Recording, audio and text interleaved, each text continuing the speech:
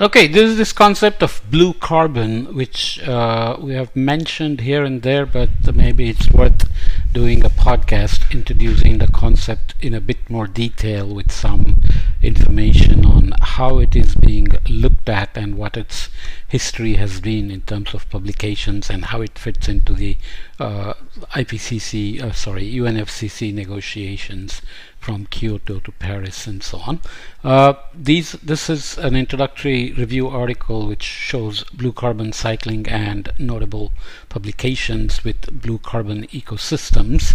Obviously, on land you have vegetation, and there is soil carbon, which also is now included in the UNFCCC guidelines for estimating blue carbon stocks of soils. But in general, blue carbon refers to starting with tidal marshes, wetlands, mangroves, and subaquatic vegetations like macrophytes. There are many words that I don't want to get into in terms of biology. So the coastlines are majorly considered the blue carbon stocks with subaquatic vegetations, and because of the anoxic environment, a lot of the hydrocarbon remains unrespired, so gets sequestered, and they are highly productive ecosystems because of the shallow waters, a lot of nutrients, and they also sequester the carbon that's flowing in through the water bodies like streams, rivers, and some groundwater exchanges as well. The idea has been introduced. The term blue carbon appeared somewhere here in 2009. It was coined, and scale of opportunity was articulated in a paper that's cited in this particular paper that's cited here. So looking at notable papers on blue carbon and coastal wetland ecosystem services, these are the ones here. And major moment in international climate change policy are shown in these lighter greens, and the light blue are major event in blue carbon policy and management. Going back to the 1970s, we had the first World Climate Conference in Geneva. Marine macrophytes identified as major global carbon sinks in 1981. Those are all these vegetations in the marine ecosystem, the so-called blue carbon ecosystem. IPCC came along in 1988. Kyoto Protocol was established in 1995, so to bind nations to emissions reductions targets. UNFCCC itself was established in 1992. And in 2009, as I said, blue carbon was coined. In 2011, we had Blueprint for Blue Carbon Science Policy and Markets, and UNFCCC first mangrove method for so-called CDM, or Clean Development Mechanism. It's kind of an offset where somebody who's emitting can pay somebody else to plant mangroves and offset their carbon emission. 2012 destruction of blue carbon ecosystems identified as a potential major contributor to global emissions. There's a bit of a breeze today, winter breeze, just 1st January 2023. Happy New Year. So hopefully the sound is not too bad when I do this, recording because of the winds. IPCC wetland supplement came in 2013, verified carbon standards methodology for restoration of coastal wetlands in 2014. 2016, a summary of the successes and failures of blue carbon projects was published. Paris Agreement on Climate Change came along, and 2020 we had the Vera method for blue carbon, which we won't go into, and roadmap established for future blue carbon research. This decade is now the UN decade for ocean sciences, so lots of efforts being put into sequestering carbon into the ocean with some things called ocean CDR, carbon dioxide removal, and blue carbon, of course, is part of the ocean CDR. Key points from this paper then: blue carbon ecosystems including mangrove forests, tidal marshes, and seagrass meadows are gaining international recognition as a natural climate solution to contribute to climate change mitigation and adaptation targets. Global distribution is estimated as 36 to 185 million hectares of BCEs, potentially storing 8,970 to 32,650 teragrams, and providing important co-benefits. So obviously estimating these things is not easy, so the range is rather large there. We'll look at the upper bound and the lower bound in a minute. Protecting existing BCE could avoid emissions of 304 teragrams with some range there.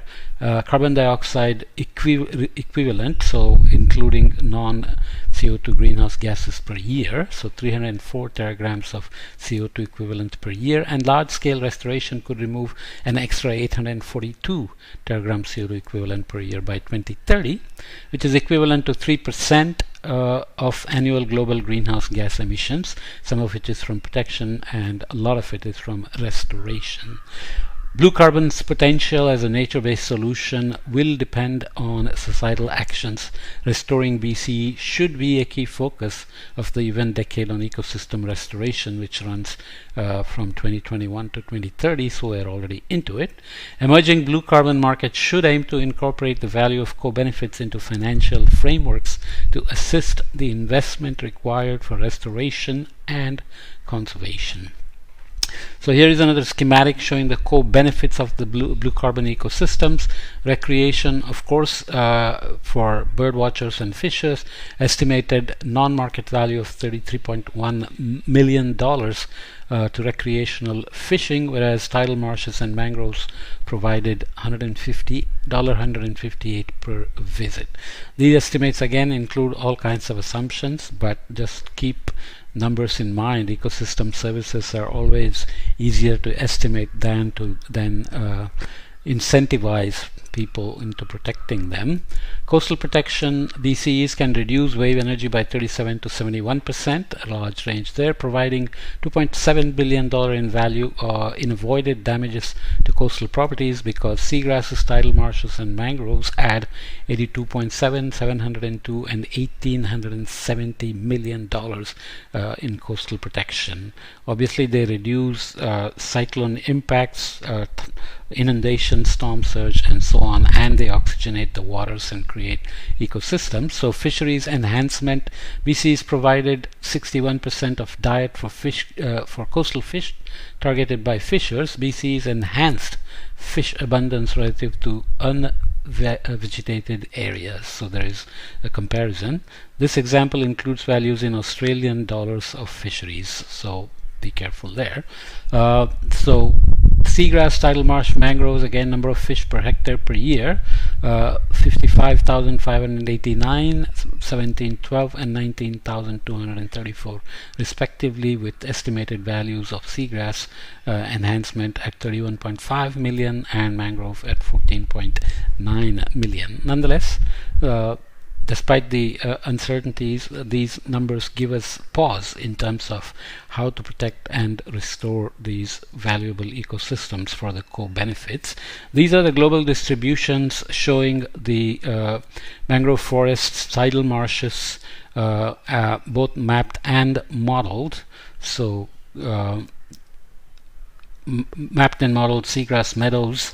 Blue carbon ecosystems encompass 36 to 185 million hectares along coastal zones globally, with large uncertainties in the distribution of seagrass meadows and tidal marshes. So you can see that mangrove forests are generally in the lower latitudes, with warmer waters of the Gulf and the Caribbean, for example, and the coasts of Southeast Asia and Africa, extending here into the west coast of the US and central South America as well. Tidal marshes are beyond those in higher latitudes, but Australia has both the mangrove forests and tidal marshes here, and similarly some parts of China have both, and so on.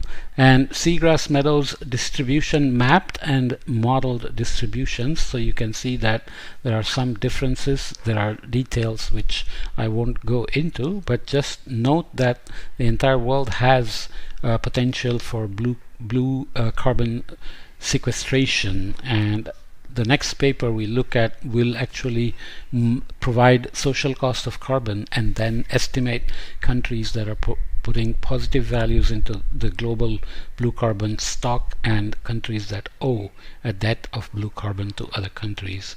Okay, so this is a potential distribution of blue carbon soil stocks per country.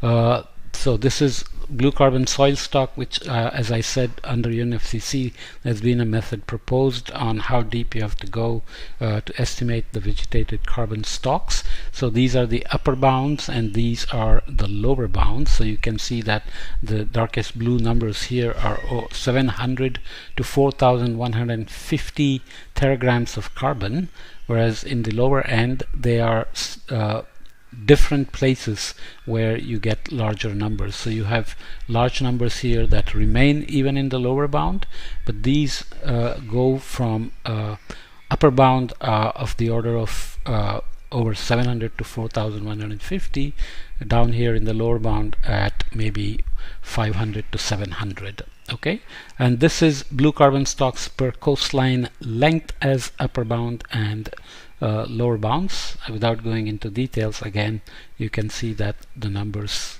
vary. So obviously there are ways to estimate and there are uncertainties, and that's why upper bounds and lower bounds are provided. Looking at the next paper, which oops, what happened? Did I remove? I lost the citation there. Give me a second. Sorry about that. Where is the reference? Let me grab the reference quickly here. It's basically a Nature paper which looks at the blue carbon wealth of countries and then estimates social cost of carbon and assigns positive contributions and negative contributions, as we will see in a minute. Doing this live here, not a very good idea, but nonetheless, there we go. That's the citation. Hopefully you can pause the recording and look at it if you need. So blue carbon wealth is estimated in this paper. So the idea is not just look at global estimates, but then to zoom down to countries and see where the largest contribution to blue carbon is coming from and where countries actually, when you compute the social cost, end up having a debt of blue carbon. The concept of inclusive wealth has been developed to assess economically sustainable development, conceptualized as non-declining human well-being, and for project appraisal and cost-benefit analysis of public policies. Inclusive wealth is defined as the aggregate of all natural and human-made capital stocks valued with their shadow prices, that is, contributions to societal welfare, as opposed to market or exchange prices used in national accounting for computing the gross domestic product. So non-market values for things like ecosystems, ecosystem services. In this context, blue carbon is always an important concept, how to actually use that to regulate or implement or have a flow from debt countries to the positive contributors is not always clear, but it's good to look at them nonetheless. Shadow prices reflect, one, the absolute scarcity of resources. My throat is going dry here. Shadow prices reflect the absolute scarcity of resources, which can be quantified by economic scientific approaches. Secondly, the expectations about future management of human-made and natural capital stocks also contribute to shadow prices. And thirdly, societal objectives captured by a welfare function go into shadow prices. The corresponding weak sustainability rule requires that inclusive wealth, the productive base of society, does not decline over time. This is equivalent to non-negative comprehensive investment, that is, the aggregate value of investments and disinvestments in all natural and human-made stocks. Okay. Further, natural capital stocks include global commons such as atmospheric carbon, which affects all countries in a differentiated manner as measured by country-specific shadow values. So people are emitting at different levels, so you have to account for that. Most countries around the globe will face climate damage costs in the future, captured by a negative shadow price of atmospheric carbon for those countries. When ecosystems or other carbon sinks take up carbon from the atmosphere, their natural capital value increases by the shadow value of the carbon withdrawn from the atmosphere. In general, the various carbon fluxes resulting from emissions and carbon uptake allow the corresponding contributions as net investments to inclusive wealth to be calculated. Okay, so obviously many assumptions involved in how these are models, which means there are also lots of uncertainties, and of course in the end practically what can be done with these remains a big question, of course. Nonetheless, looking at the mean annual blue carbon sequestration potentials, we are looking at global map of mean annual blue carbon sequestration potentials by country and bar chart of the 5 countries with the largest and smallest mean annual blue carbon sequestration potentials. Mean national carbon sequestration potentials are based on spatial ecosystem coverages and mean global net sequestration rates, both per ecosystem type. Okay, so here are the numbers: annual carbon sequestration potential in million tons of carbon, ranging from less than 0.15 million ton carbon to as high as 7 to 11 million tons. And there are many places like the Antarctic continent, and there are regions, islands here, for which the estimates are not available. Data is not there. So, and also in the around Galapagos and so on here, Hawaii, etc. So you can see that the blue regions are where the annual carbon sequestration potential is the highest, 7 to 11, and yellow regions here are the lowest with less than 0.15 million tons of carbon. Okay, so you can see the ranges over the world, and you can then look at specific potentials in terms of countries. That's Mauritania, Bulgaria, St. Vincent and the Grenadines, Latvia, Jordan, Saudi Arabia, Mexico, Indonesia, US and Australia. So these are the high potentials and these are the lowest potentials there. If you then take social cost of carbon calculations, which we have discussed elsewhere, it's basically the cost of carbon, each additional ton of carbon. Because there is always a background carbon, we look at additional contributions to carbon and estimate the negative cost of that carbon in terms of various issues. So positive and negative net wealth distributions in US dollars, billions per year. So there are many countries which have a debt in terms of their contribution, and there are many that have positive values, and it turns out that Indonesia and Australia, which showed up also as the highest blue carbon soil stocks, end up providing most of the positive values to the globe. So you can look at positive and negative net wealth redistributions in US dollars, millions per year. So India is huge, negative. China, US also negative. Indonesia and Australia make the biggest positive contributions, but there are other countries as well here. Mexico, Philippines, New Guinea, Papua New Guinea, and so on, and Russia, Cuba. So you can look at the numbers. So here is how the net flow would happen.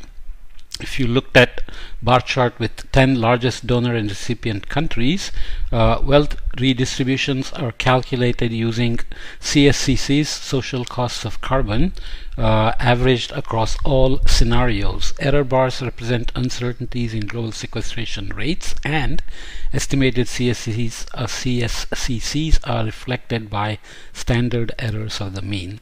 So I won't go into the details of the calculation because, as we have discussed before, social costs of carbon is a very hairy issue, and sometimes numbers are just made up. It may depend on how you discount the future and so on and so forth. Nonetheless, it's worth keeping in mind that there are outbound blue wealth going out of Europe, North and Central America, South America, Asia, Africa and Oceania, and inbound blue wealth has to go to Oceania, Africa, so they have to come from Asia into these regions, Oceania into Africa, and Asia to Asia, and so on and so forth. So obviously all kinds of complicated assumptions and modelings are involved in deriving these.